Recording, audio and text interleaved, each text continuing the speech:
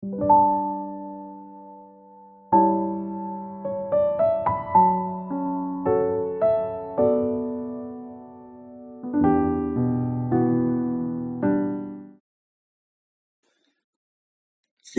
이 땅에 하나님을 믿는다 하는 사람들이 정말 많지요? 그야말로 해변가에 모래수와도 같이 많습니다. 그런데 이분들이 다 뭐라고 말들을 합니까? 모두가 예수 믿고 구원을 받았다고 말합니다. 심지어 어떤 교회에서는 자신이 구원받은 날짜까지도 이야기를 합니다. 몇 년도 몇 월 며칠에 구원받은 아무개 형제입니다. 아무개 자매입니다. 라고 자신을 소개합니다. 과연 이분들이 정말 그날 그 시에 구원을 받았을까요? 많이들 노하시겠지만 제가 보는 관점에서는 구원에 대한 너무도 큰 오해와 착각을 하고 있다고 생각됩니다. 이것은 제 개인적인 주장이 아니라 성경을 통해서 볼 때 이와 같은 결론을 내릴 수밖에는 없다는 것입니다. 만약 이분들이 정말 예수를 믿고 다 구원을 받았다면 성경은 잘못 기록된 책이라 할 수 있습니다. 왜냐하면 세상에 구원을 받았다는 사람들은 넘쳐나는데 정작 성경에는 구원을 받는 성도가 너무도 적게 기록되어 있기 때문입니다. 이는 구약과 신약 성경 모두가 동일합니다. 잘 아시겠지만 노아 홍수 때 노아 가족 8명이 구원을 받았죠? 어떤 성경학자는 그 당시에 세계 인구를 대략 2억 정도로 추산을 합니다. 그런데 2억에 8명이 구원을 받았다는 이 말씀이 여러분들은 사실로 믿어지시나요? 만약 믿어지지 않는다면 그분은 성경의 말씀을 믿는 분이라 할 수 없습니다. 왜냐하면 하나님께서는 사실이 아닌 것을 마치 사실인 양 거짓되이 말씀하시는 분이 아니시기 때문입니다. 더욱이 노아 홍수 사건은 예수님께서도 직접 언급하신 사건입니다. 마태복음 24장 37절로 39절의 말씀을 보시겠습니다. 노아의 때와 같이 인자의 임함도 그러하리라. 홍수 전에 노아가 방주에 들어가던 날까지 사람들이 먹고 마시고 장가들고 시집가고 있으면서 홍수가 나서 저희를 다 멸하기까지 깨닫지 못하였으니 인자의 임함도 이와 같으리라 라고 말씀하십니다. 주님께서 다시 오실 때 세상이 어떻다고 말씀을 하시죠?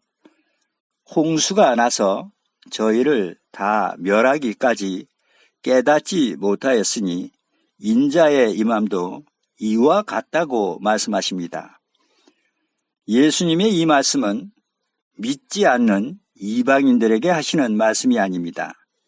오늘도 밤낮으로 주여 주여를 외치며 하나님을 열심히 믿는다 하는 사람들을 향해서 하시는 말씀입니다. 그리고 누가복음 18장 8절에서는 인자가 올 때에 세상에서 믿음을 보겠느냐라고도 말씀하셨습니다. 이 말씀은 세상에 믿음이 있다는 말씀일까요? 아니면 없다는 말씀일까요?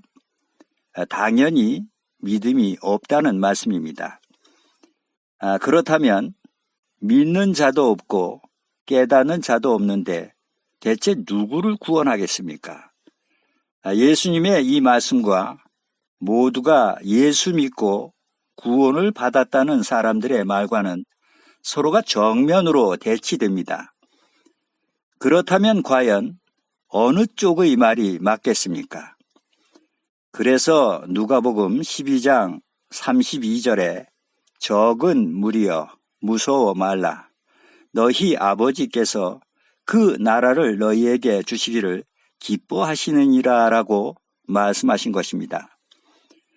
그리고 소돔과 고모라 성이 멸망을 당할 때는 또 몇 명이 구원을 받았죠? 단 3명, 롯과 2 딸만이 구원을 받았습니다.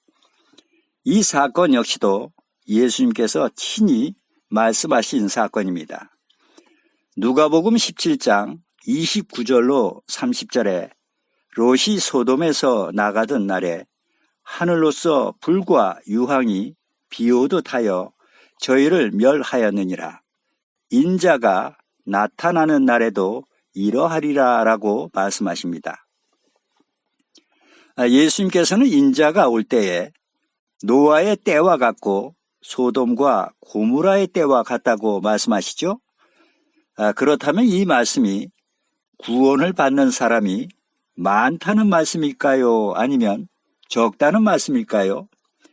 역시 적다는 말씀입니다. 그런데 이 같은 사건들이 왜 구약 성경에도 신약 성경에도 이렇듯이 자세하게 기록되어 있느냐 하는 것입니다.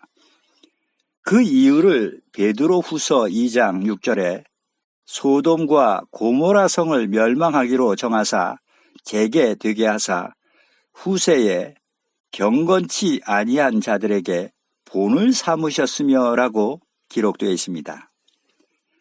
고린도전서 10장 11절에서는 저희에게 당한 이런 일이 거울이 되고 또한 말세를 만난 우리의 경계로 기록하였느니라 라고도 알려주고 있습니다. 그리고 넓은 문과 좁은 문에 대한 비유 잘 아시죠?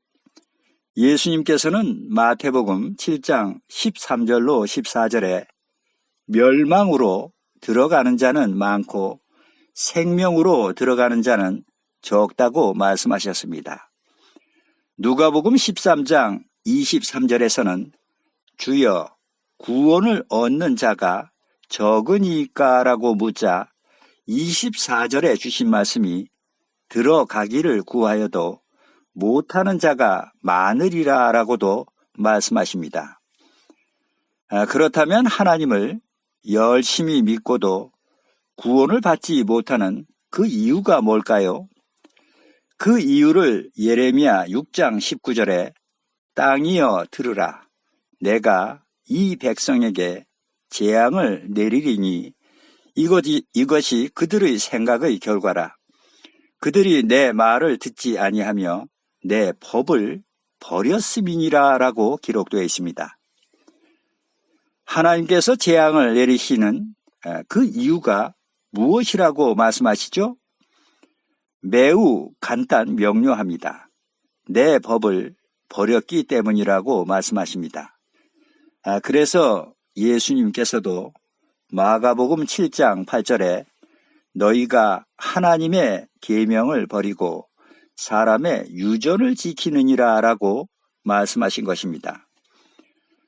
그리고 이스라엘 백성들이 출애굽할 때 출애굽기 12장 37절에 보시면 장정이 60만 가량이요 라고 기록되어 있습니다. 성경에서는 장년을 제외한 어린아이와 부녀나 노인은 인원수에 포함을 하지 않습니다. 그렇다면 장년 한 사람의 어린아이와 부녀와 노인을 다 합친다면 그 수가 또 얼마나 많겠습니까? 아마도 수백만은 되겠죠? 그런데 그 많은 사람들이 광야길을 지나면서 다 어떻게 됐습니까? 그 모든 사람들이 다 멸망을 당했습니다. 천국으로 표상된 가나안 땅으로 들어간 사람은 여호수아와 갈렙 2사람뿐이었습니다. 결국 노아 홍수와 소돔과 고모라 성 그리고 출애굽했던 그 모든 사람들을 다 합쳐서 그 가운데서 구원을 받은 사람은 모두가 13명에 불과합니다. 이 얼마나 경악할 일입니까? 그렇다면 하나님께서는 그 많은 사람들을 아무 이유도 없이 다 멸망을 시키셨을까요? 하나님은 결코 그런 분이 아니십니다. 여기에는 분명한 이유가 있다는 것입니다. 그 이유를 예레미야 선지자는 다음과 같이 설명해 주고 있습니다. 예레미야 16장 10절에 여호와께서 우리에게 이 모든 큰 재앙을 광포하심은 어찌미며 우리의 죄악은 무엇이며 우리가 우리 하나님 여호와께 범한 죄는 무엇이뇨라고 백성들은 말합니다. 이들은 지금 왜 하나님께서 자신들에게 이같이 재앙을 내리시는지를 전혀 깨닫지를 못하고 있습니다. 그러기에 오히려 우리가 하나님께 범한 죄가 무엇이냐고 반문하는 것입니다. 그러자 하나님께서는 이어지는 11절에서 그들에게 대답하기를 여호와께서 말씀하시되 너희 열조가 나를 버리고 다른 신들을 쫓아서 그들을 섬기며 그들에게 절하고 나를 버려 내 법을 지키지 아니하였음이라라고 말씀하십니다. 역시 같은 말씀을 하시죠. 너희가 내 법을 버렸기 때문이라고 말씀하십니다. 그렇다면 이 말씀은 구약 시대 때에만 적용되는 말씀일까요? 절대 그렇지 않다는 사실입니다. 이 말씀은 이 시대에 역시도 똑같이 적용이 됩니다. 그런데 너무도 놀라운 사실은 방금 살펴보신 말씀과 지금 이 시대가 마치 판박이를 보듯이 똑같다는 것입니다. 모두가 하나님의 규례와 법도를 버린 채 성경에도 없는 사람의 계명을 지켜 하나님을 헛되이 경배하고 있습니다. 그래서 마가복음 7장 7절에 사람의 계명으로 교훈을 삼아 가르치니 나를 헛되이 경배하는도다라고 말씀하신 것입니다. 이같이 된 그 근본 원인이 바로 다니엘 7장 25절에 예언되어 있는 하나님의 대적자가 하나님의 때와 법을 변개시켰기 때문입니다. 때와 법이란 하나님의 계명인 일곱째 날 안식일과 유월절로부터 시작되는 3차의 7개 절기를 뜻합니다. 이렇듯이 중요한 하나님의 절기가 중세 종교 암흑세기를 거치면서 작은 뿔의 실체인 로마 카톨릭 교황권에 의해서 주님께서 친히 세워주신 새 언약의 절기가 철저히 파괴된 것입니다. 우리가 무엇을 통해서 예배를 드리고 무엇을 통해서 하나님과 교통을 하지요? 그것이 바로 절기입니다. 절기란 하나님께서 당신의 백성들을 만나기로 약속하신 날이란 의미를 가지고 있습니다. 그래서 이사야 55장 6절에 너희는 여호와를 만날 만한 때에 찾으라 가까이 계실 때에 그를 부르라 라고 기록되어 있는 것입니다. 그런데 하나님의 대적자가 왜 하나님의 계명인 절기를 변개시켰을까요? 그것은 하나님과 성도가 교통할 수 있는 통로를 막기 위해서입니다. 그리고 그 자리에 태양신 바알을 섬기는 절기로 채운 것입니다. 그 대표적인 절기가 바로 일곱째 날 안식일을 AD 321년에 태양을 상징하는 첫째 날인 일요일 예배로 변개시킨 것입니다. 그리고 이어서 4년 후인 325년에는 유월절을 폐지하고 대신 354년에 태양신 바알의 신생을 축하하는 크리스마스인 성탄절을 만들었습니다. 그리고는 그 날이 마치 예수님의 탄생일인 양 성대히 지키고 있는 것입니다. 이것이 바로 하나님께서 가증하게 여기시는 우상 숭배입니다. 하나님께서는 예레미야 6장 15절에 그들이 가증한 일을 행할 때에 부끄러워하였느냐?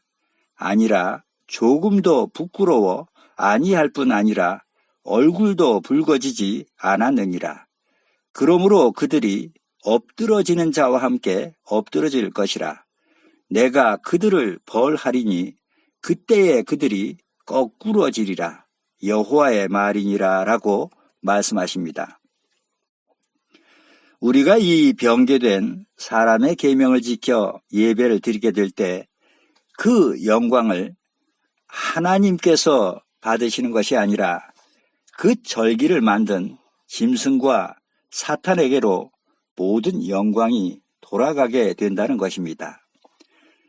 그런데 참담한 것은 개신교 또한 가톨릭에서 변개시켜 놓은 사람의 계명을 지켜 하나님을 헛되이 경배하고 있습니다. 이 외에도 맥추 감사절이며 추수 감사절과 같은 절기 또한 성경에는 없는 모두가 인간들에 의해서 만들어진 사람의 계명일 뿐입니다. 이 같은 절기를 지켜 예배를 드리는 행위는 성경 속에 하나님을 믿는 것이 아니라 성경에 없는 하나님을 믿는 것입니다. 이것이 바로 성경에서 알려주고 있는 다른 복음을 따르는 것입니다. 복음의 제사장인 사도 바울은 고린도후서 11장 4절에 다른 복음을 받게 할 때에는 너희가 잘 용납하는구나 라고 질책하고 있습니다. 심지어 갈라디아서 1장 8절에서는 하늘로부터 온 천사라도 우리가 너희에게 전한 복음 외에 다른 복음을 전하면 저주를 받을지어다 라고 엄히 경고하고 있습니다. 이로 볼 때 우리가 하나님의 백성이 될 것인가 사탄의 백성이 될 것인가는 하나님의 계명을 따를 것인가 아니면 사람의 계명을 따를 것인가로 결정된다 할 수 있습니다. 그리고 성경이 구약과 신약으로 나누어져 있듯이 율법에는 두 가지의 율법이 있습니다. 저주받는 옛 언약의 모세 율법과 행함으로 축복을 받는 자유하는 율법인 새 언약의 그리스도 율법이 있습니다. 야고보서 1장 25절에 자유하게 하는 온전한 율법을 들여다보고 있는 자는 듣고 잊어버리는 자가 아니요 실행하는 자니 이 사람이 그 행하는 일에 복을 받으리라 라고 기록되어 있습니다. 이렇듯이 그리스도께서는 율법 폐기론자들이 생각하는 것처럼 율법의 종지부를 찍기 위해서 오신 것이 아니라 구약의 불완전한 옛 언약의 모세 율법을 십자가로 폐하시고 신령하고 완전한 새 언약의 그리스도 율법을 새롭게 세우시기 위해서 오셨습니다. 그래서 마태복음 5장 17절에 내가 율법이나 선지자나 폐하러 온 줄로 생각지 말라. 폐하러 온 것이 아니요 완전케 하려 함이로라 라고 말씀하신 것입니다. 히브리서 7장 12절에도 율법도 반드시 변역하리니라고 기록되어 있습니다. 여기서 변역이란 변하여 바뀐다는 뜻이지 폐한다는 뜻이 아닙니다. 끝으로 히브리서 8장 7절로 8절 말씀을 보시겠습니다. 저 첫 언약이 무흠하였다면 둘째 것을 요구할 일이 없었으려니와 저희를 허물하여 일렀으되 주께서 가라사대 볼지어다 날이 이르리니 내가 이스라엘 집과 유다 집으로 새 언약을 세우리라 라고 기록되어 있습니다. 이 말씀은 첫 언약인 구약의 옛 언약이 흠이 있어 신령하고 완전한 새 언약의 그리스도 율법으로 변역하시겠다는 말씀입니다. 그래서 사도 바울도 자신을 고린도전서 9장 21절에서 그리스도 율법 아래 있는 자라고 밝히고 있는 것입니다. 이로 볼 때 우리가 영생에 이를 수 있는 유일한 길은 주님께서 친히 세워주신 새 언약의 그리스도 율법에 순종함으로 따르는 것입니다. 왜냐하면 새 언약의 규례와 법도 안에 바로 우리가 소망하는 구원과 천국의 축복이 담겨 있기 때문입니다. 이것이 곧 하나님이 기뻐하시는 온전한 믿음이라 할 수 있습니다. 아멘.